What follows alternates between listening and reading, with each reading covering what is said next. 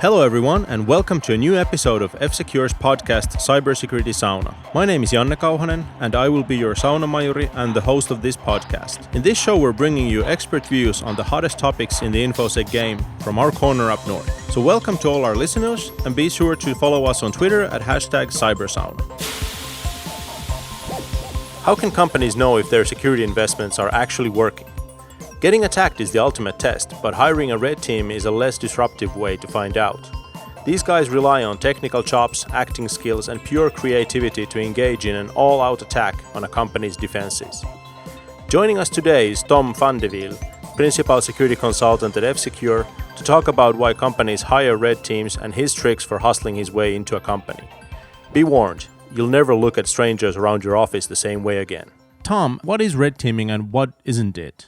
Red teaming consists of being able to test the company in every single way in a way that we perform the worst case scenarios to be able to ensure that the company made the right investments when it comes to security. They're trying to protect their data, they're trying to protect their people, they've made certain investments in resources, being it technology, be it people, and we're trying to make sure that those investments actually make sense and are aligned with the things they're trying to protect, which is of course always a moving target. And that's where we come in. We try to make sure that we emulate or mimic the attacks of criminals and we see how the organization reacts to those. What then are some misconceptions about red teaming? Well, definition of red teaming could be that the attackers choose the attacks. Okay. Because more than often companies want to have security testing done, but then kind of either suffer from tunnel vision, where the scope becomes too small, where the results cannot really be applied to the organization as a whole.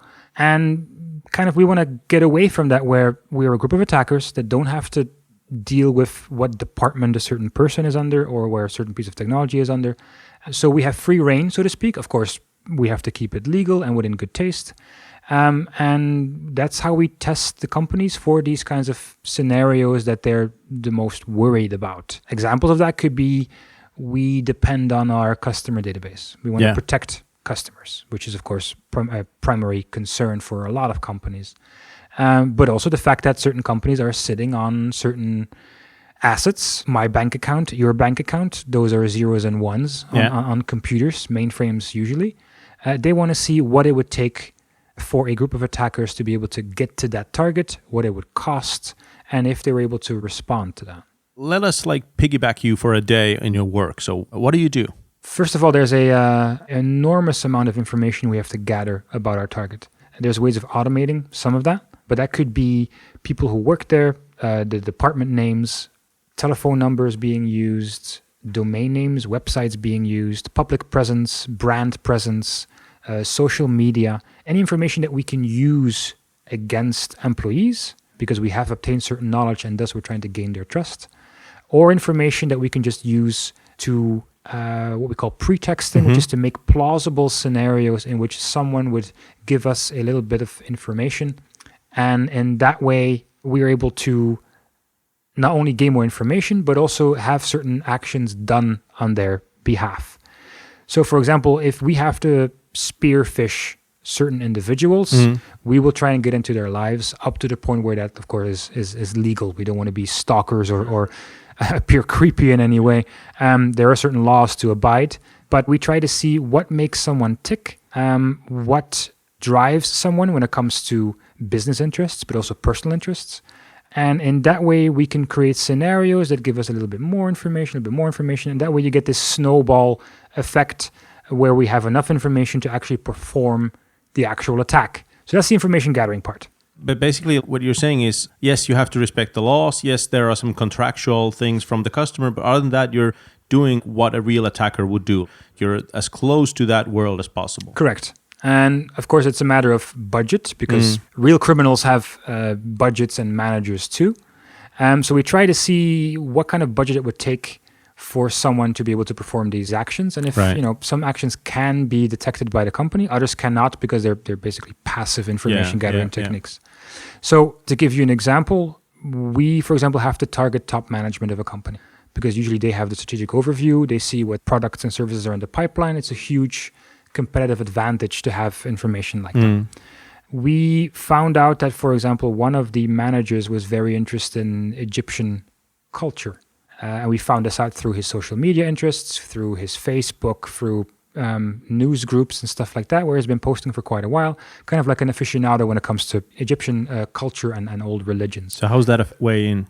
Well, that's a way in the sense that if we know that triggers that person, if we know he has an interest for that, then we have a higher chance that if we present some kind of Egyptian-related content to this person, will we be able to entice him to perform certain things. That could be clicking on a link. That could be providing us some information. So what we did, and this is kind of where the creative part comes in, is that we created a completely fake museum with a fake exhibit, fake brochures. We sent him real tickets, the whole 9 yards. And then, of course, he had to confirm the receival of these tickets. And of course, he was expecting an email to be sent to him. He was expecting an action to be performed, being clicking on a link to confirm the tickets. Obviously, the tickets already ran out. He wasn't, that was because of a fake error message. Exactly. You always have to make a clean getaway. But that way we could make him go to a certain website. And of course, that website was riddled with all kinds of attack code that would fingerprint his machine. And with that, see if we could make him perform certain actions on his behalf. So it depends on how creative you can be when it comes to profiling certain people. But that's not to say that the more generic attacks, they still work. Everyone is usually on LinkedIn. We send fake LinkedIn updates to people. So you get an email from us saying, hello, this is LinkedIn, and there's been a abuse complaint about you, and for that reason, you are no longer allowed access to the name of company group. My company's group. Exactly. So you have 24 hours to rebut the complaint. Please click here to see the actual complaint. Oh, heck yes. I mean, I think we have a click rate of more than 70 to 80%. For these kinds of links, even though for certain companies, or for certain people rather, their company email address isn't even used for their LinkedIn. But it provokes an emotional response. It does, yeah. We're talking about like tricks that actual attackers would do. How do you know what actual attackers would do? Well, as said, we do a lot of incident response. So we see what criminals try. So these are actual, like real life things. Actual attacks that we have to kind of handle for companies or assist. Or if they had an attack, we perform what's called a post-mortem analysis to see how the company could have done better. And of course, our own techniques, our own ways of getting into technology, because we test software, hardware, services every day. We know where the vulnerabilities or weaknesses lie. And we kind of map those onto whatever the customer is using at that given time. And that way, we know, for example, that an administrator has to be able to log on to a website and with that administrate the website. If we can give him some kind of doubt that something is wrong with his website, we can make him log into it and that way perform certain actions. I know enough of you guys to know that you're creative and, dare I say, devious bunch. So you come up with your own tricks as well. We prefer the term creative. Right, okay. That's better. Subvertive computing, we call it. So what do customers usually expect from a red team assignment? Well, I would suppose that somewhere they hope that we're not going to get in, and they hope that their investments have been made in a way that they're able to respond to these things. But we also hope that they're aware of the fact that a targeted attack with enough time and with enough resources, someone will get in eventually. So in that sense, they're expecting an overview of what worked and how we potentially got in, and what didn't work and what slowed us down, so to speak.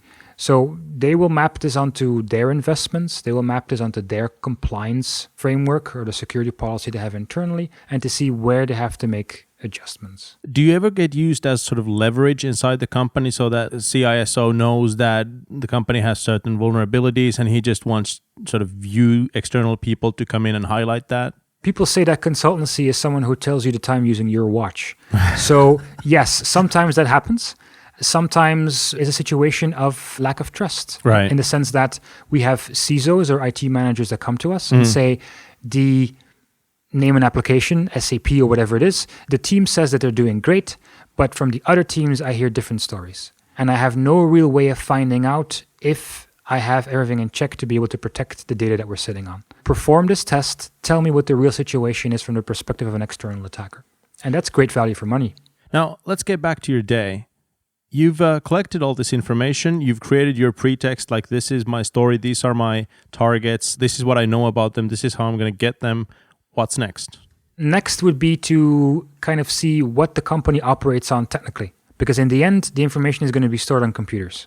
for 99% of the cases. So we need to find out what they're using to be able to get to that data and to interact with that data. So if we know that they're using a certain software product, then we're going to try and find out where that software product is located. We're going to try and see if we can make a copy of it, a fake copy, to see if we can get them to, provide their login and password to us. So like a fake login page, for example. A fake login page, exactly, Sure. yeah. So we did a gig not too long ago where a technology company that provides IT services for companies that want to outsource their IT services proudly announced that they have a new bank under their wings. So we registered a domain name called firstcompaniesname-secondcompaniesname.com, then mailed some of the IT people that we found out their names through LinkedIn. And we said, look, apparently you guys are handling our IT now. For the life of me, I cannot log on to this website. Can you guys give it a try? And of course, they knew about this announcement that was made. They logged onto that website. We gave them fake error messages.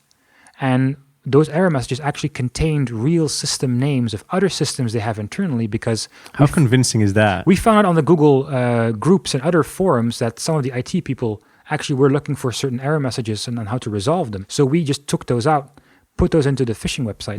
And that way it looked realistic. And because it looked realistic, as a result of that, we got even more passwords. Because what do you do when your first password doesn't work? You try your second password and your third password. So now we had all the passwords that we needed to be able to log on to their real website, and with that jump over to the next network to be able to get to the information that we were supposed to steal. Yeah, and you're targeting IT admins here. Like, while it's great to get the credentials of the lady who works in marketing, this is the real gold mine here. Correct. I mean, it's not just about breaching the shell, so to speak, or breaching one computer.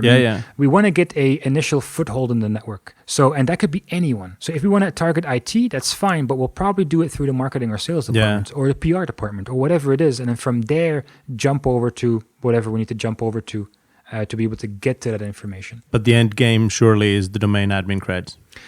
Usually it's domain administrator because most machines are integrated with Active Directory. Right. There are companies that explicitly do not do this for this very reason that if the Active Directory is compromised, then you'll be able to access those systems as well.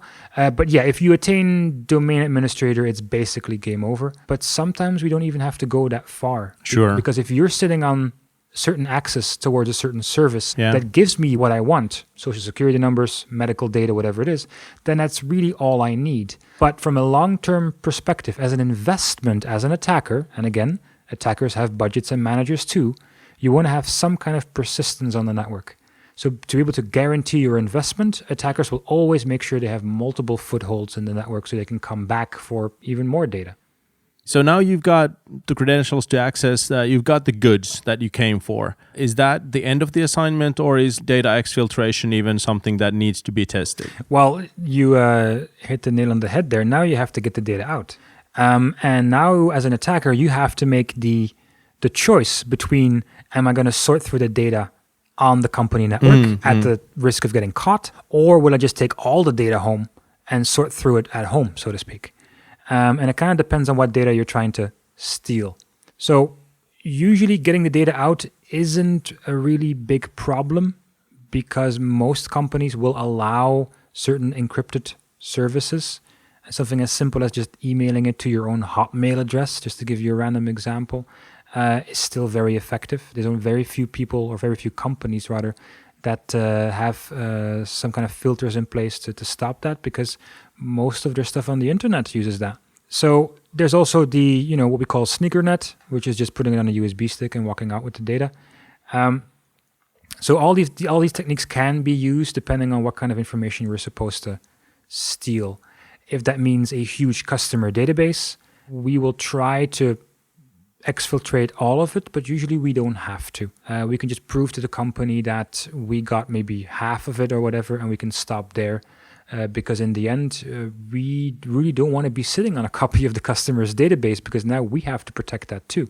So we prove the point, we show what the impact could be, and with that, the customer has what they want, and we have what we need to be able to show value to the customer in that, was this possible? Were we slowed down? Did anyone see it? And if so, can we help them into improving their detection and response capabilities? So you're super successful in this. You get the goods you came for. What's the human fallout in the company like? Are people happy or sad about that? People will feel uneasy about the results, usually. I mean, we've had people throw the report at us. We've had people leave the room. We've had people cry. We've had people scream at us because you're messing with their idea. Yeah, basically the idea that whatever they were doing was correct, that they are actually protecting the organization. And you might argue that, okay, if you haven't tested these kinds of things, then how can you make these statements about this is secure, this is, what it's supposed to be? And the answer is you can up to a certain point. I mean, there's certain audits you can do internally. There's certain things you can do as part of normal information security hygiene, if you will. But you still need to be able to do a test that targets all these processes at the same time. And that's where a red team test comes in. Do people ever get fired when you present your report? It happens. Usually when we report our results, we have to be very careful. Right. Because we don't want to corner certain people. Because we are there to address the processes, not the people. So we report on the country level, maybe if it's possible on the department level. If we say the IT department, if we say the PR department or whatever it is. But sometimes, it does happen where people are forced to switch positions, let's say, because there were certain overlaps in the way that they were doing things. You're trying very hard not to say that those people had it coming. Well, you could say that, but again, it kind of depends on what the cards were that they were dealt in the company. Right, okay. You could say that, if that person has been screaming for resources for 5 years, that's an easy way of getting a scapegoat to leave your organization, and with that kind of reset the counter. So that happens too. We see a lot of these things. But I mean, sometimes it can be that, for example, a vendor doesn't get to use their products at that corporation anymore because they weren't doing their job. They weren't doing what they promised that they would do. And that way, there are certain changes to be made. At the very least, we hope that certain changes get made as a result of our red team testing, because that's in the end what we want to achieve, is that they change the right processes for the better, so that next time we'll have a harder time getting in. Do you have a favorite sort of red teaming war story? Usually red teaming or security testing in general has this Hollywood image around it. So when you tell people that you're doing these things, then you might actually get the wrong response. There was one company, or a bank rather, we had to target where we were having a hard time getting into the building. We waited for a certain event to happen there, which would give us more access to some of the internals of the company. And we saw they were having a press conference about real estate, updates on real estate numbers or rates. So one of our consultants dressed up as a journalist, went there with a fake press badge, sat through 2 hours of mind-numbingly boring real estate numbers, and after that excused himself and asked to go to visit the men's room. He then stayed in the men's room for 45 minutes, which is a long time to be in the men's room. And after that, he basically had free reign because his escort didn't want to wait for him to be done with his business. So our consultant was able to run around in the building, put in his rogue network devices on the network, and on his way out actually met his escort again. Having attained our objectives of gaining access to an internal network, as per our normal procedure, at the end of a red team, we try to get caught, which is surprisingly hard at times because, again, we are there to test the processes. So we need to see what people will say. So in this particular case, our consultant said, "Hi, I'm a consultant for a security company. It was my job to get into the company." And the response of the escort of the host was, "That sounds really, really cool. Have a great day." And no ID, nothing. No ID, no nothing. So, and he just left. So again, it was that person's job to actually escort the would-be journalist out of the building. So is that person's fault? Well, not really, because that person should have been trained better by certain people from the security department saying, these are the rules when it comes to escorting people through the building. Don't leave them alone because they might not be who they say they are. So the solution to this situation would be to have these kinds of meetings in meeting rooms that are not in the same building as the organization's internal network where all the important information is, or to have it somewhere public in a public meeting center or whatnot, away from the internal organization, so you don't have to actually invite wolves in sheep's clothing, so to speak, to come into your organization, trying to plug in things on your network, and with that, trying to get certain things done as an attacker. So what happens when you do get caught? Like if that guy had done his job properly, what happens to you? Do you wrestle with the security guard or? So we use this letter that says that, look, don't call the police. We're the good guys. Please call up this number and this person will vouch for who we are. As said, we try to actually have some interactions with the security company or with the security guards to see how they would react, what kind of questions they ask us. And based on that, we can make a report as part of a journal that we also provide to our customers saying, look, we had several interactions with the guards. We think they might be well-trained, not following procedure. So we don't have to deal with law enforcement because it never really gets to that point. Also, we try to have some contingencies in place so that we ask our customer, has anyone that we're going to interact with, have they ever had any kind of traumatizing experiences, either on the job or stuff that you know of, because we do not want to cause any long-term damage to people, but also not, physical damage. So these things will change the results, and we don't want that because, again, that results in less value, and that means maybe next time we're not invited to test that company again, which is something that we would like to do, so that after 2-3 red team tests, the customer or the organization is so accustomed to having these tests, to be on their toes. That's what makes your security maturity go up. Not buying box number 1, 2, 3 or having a certain service. These things are not made of magic. You need to be able to know where they overlap, where there's gaps, and to be able to handle those gaps. Basically, just to know that the money my company has been spending on security is going in the right places, not to sort of put my head in the sand and sort of close my eyes from the ugly truth. A red teaming exercise is something that would be helpful to sort of any organization, you're saying? Absolutely. This might sound, pretty Mission Impossible, Ocean's 11, but it really isn't. A targeted attack is a probability, but someone leaving their phone or their laptop in a taxi or on the train, that's a certainty. And that could really be a bad day for you if you don't know how to handle those. The simplest test that we do as part of a red team test is just to steal a laptop. I mean, usually the customer themselves takes the laptop away from someone, or just says, look, we consider this laptop stolen. See what you can do with it. That has tremendous value for a company because, again, these things happen every day, every week, that phones get lost, laptops get lost. What is the impact towards an organization? Can someone piggyback onto the communication? Can someone steal the information from those laptops? And to know what's at stake, having that certainty and being able to sleep on both ears, so to speak, to say, I know exactly what was on that laptop. It's been wiped. It's not a concern. It's encrypted. That is what gives you security maturity. That's where companies should find their bedrock when it comes to building up maturity for other processes. Let's say more, not exotic, but the scenario is where if someone does try to target you with a budget, and that could be, for example, a disgruntled employee. There's nothing as damaging as an employee that used to care, because employees have access to everything. That's usually the situation where a lot of damage is caused, not necessarily by an external attacker, because that demands interest, that demands having something that an attacker wants and being pinpointed or targeted at that particular time. You're putting on the cloak of invisibility, the high-vis vest. How easy is that? Depending on what kind of part of red teaming you want to focus on, let's focus on the part of just walking into a building. You have to get comfortable with the fact that you don't belong there. I can kind of compare it to going into a shop, not buying anything and having this feeling of guilt when you walk out because people will think that you shoplifted or something like that. It's that feeling times 1,000. You don't belong there. You have to walk with purpose. You have to name drop certain things in a way that it seems like you're not trying too hard.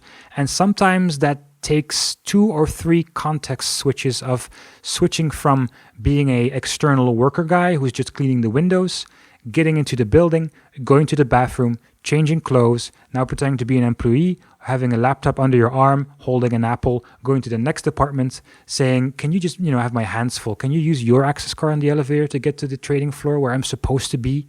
Then changing again to maybe a manager, screaming in your phone against an employee while someone holds open the door. So you have to be able to make sure that you're very light on your feet, that you can improvise and always have a clean getaway. Because if you start to panic, if you say, look, I'm not this person, now you're really going to stir things up. And again, Don't get me wrong, we're there to test the process, but that will kind of muddy the waters for all the other tests that you're going to do that you had planned in your schedule, because now people are on edge. Now people know that you've gotten into the building. Now anything can happen, which kind of instills this feeling of paranoia within the organization. And that's something that we want to avoid at all costs. Because yes, security testing is required, but it does not mean that we all should be running around our offices being paranoid, questioning every email that we get. So shouldn't we though? Well, common sense should prevail, hopefully. But being able to train for these things is something that's really up to yourself. So we coach junior consultants into getting better at this. So I usually give the example of dial a random number in your country. And I do mean random. And having someone on the line, try to keep that person on the line, on the phone, as long as possible. Whatever they throw at you, you have an answer for them. And that feeling of constantly getting weird questions thrown back at you, that is something that you need to learn how to master. Same thing with being able to tailgate. Someone opens the door and you want to tailgate in. If you run towards the door, they're going to see you because you obviously are trying to get in. Unless, of course, you're holding 25 coffees and you say, hey, I'm holding all these coffees. Can you please open the door? So we usually go to McDonald's, get empty coffee cups and these coffee cup holders to make sure that we have our hands full, finding out those scenarios, practicing tailgating. I mean, every mall has a door, obviously. That door will open and close. Someone will go into the mall. Try and measure your pacing so that it seems natural that you can get to the door without seeming too desperate. And that way you'll be able to practice yourself. And you'll be, doing this in a very natural way. You'll start to believe yourself that you are part of the organization. So when you get into a company, when I say walk with purpose, what does that mean? That means that every single time you need to be on the lookout for a coffee machine or a toilet, because those are your pit stops. You go to the coffee machine, you get to relax, you get to do something with your hands, you make a coffee, you sip your coffee, you look around, what's the next location I'm going to get to? There's toilets over there. If people do notice me that I'm kind of on edge or looking around, you escape to the toilet, you wait for people to leave, hopefully. Then you kind of reset, you go back, you check your options, and you go back. You couldn't get into a certain department, you have to come back, you get back to the coffee machine. Learning that, knowing how to do that, that's something that takes practice, and that you can only do by giving yourself these little assignments, by finding out people's names in coffee shops. We have these little competitions at work where we have to find out the first names and the profession of certain random people in a coffee shop. Somebody just points out that guy and that's your target now. Well, you could say, look, this is a coffee shop. You have the entire day to give me 5 names of people and what they do. Okay. And how you do it, that's completely up to you. But you have to get the results in a way that doesn't look suspicious. So that means that someone calls up coffee for Janne. I will steam towards your coffee and take your cup. And someone goes, oh, was that for you? I'm sorry. Are you also called Janne? Or is it, no, actually my middle name is, oh, really? Your middle name is, my nephew has the same name. Well, as long as you don't arrest me because you have all this blue shirt on. Oh, you're not a police officer. What do you do? So you try to push yourself into the conversation and you try to find a natural hook into talking to people. That is key, and that you can practice yourself. How much of this is cultural? Like some cultures are very good at small talk. Some cultures don't do any small talk like at all. That's true, but again, we're going to be the first ones to abuse that. Because if I know that you're not going to mind my business and you just want to, look at your own shoes, I might be running around in the building with a badge, an access card that says Mickey Mouse on it. If you say that, look, this is not part of my job, I'm not going to talk to you, and you're not going to be confrontational, then I'm going to abuse that and walk past you. How far into the sort of terrain of fake mustache and weird accents do you usually go? We usually dress up either as someone who is part of the event team, if a company is somewhere at an event, a worker, a window cleaner, a handyman. We have a collection of smoke detectors that we stick into a bag, an open bag, and then we pretend that we have to check the smoke detectors. Or we have electronics with us and we pretend that we need to check phones. And why do we need to check phones? Because we know that phones are in meeting rooms and our job was to actually install something in a meeting room to see if we can have access from that meeting room to a certain location. So again, it's in function of what we're trying to do. But usually we are just able to dress up normally as employees or pretend to be a customer. That also means that if there's really no way of getting into a company, we have some CVs that will knock your socks off, which means the moment that they have an open position for any kind of job, we're going to apply for that job. So your way in is a job interview. Exactly. So we have CVs that almost cannot be denied, and they will invite us. We will be in the building. And then it's a matter of, skill and improvisation to say, you have to excuse me, but my wife is pregnant and it's the doctor on the line. Is there a meeting room somewhere where I can take this call? And they will leave you alone because, there's the sanctity of, the doctor and all that. So people will leave you alone. There's only very few cases that we've heard where someone says, no, you have to, don't take the call. So you're not going to get the job, but you're going to get 15 minutes in their meeting room. Exactly. Awesome. And that's all what we need. That's all we need. So red team testing is about pretending you're the attacker to help companies defend against real attackers. By making your life harder, they're going to make attackers' life harder. Exactly. So what are some concrete suggestions that companies could do to make your and attackers' lives harder? Well, in the industry, we say that companies that are good or resilient against targeted attacks are the ones where you can get in, but it's really hard to get out, or rather to get the information out. But as a general recommendation, I would say to companies that want to have more resilience against an eventual targeted attack is to have visibility. Is to have visibility over what are the third-party vendors doing. If you want to go and outsource certain things to the cloud, that's fantastic. You're going to save a lot of money, but it comes at a cost. And that cost is the loss of visibility. You need the data. You need to know what is going on in your company across departments.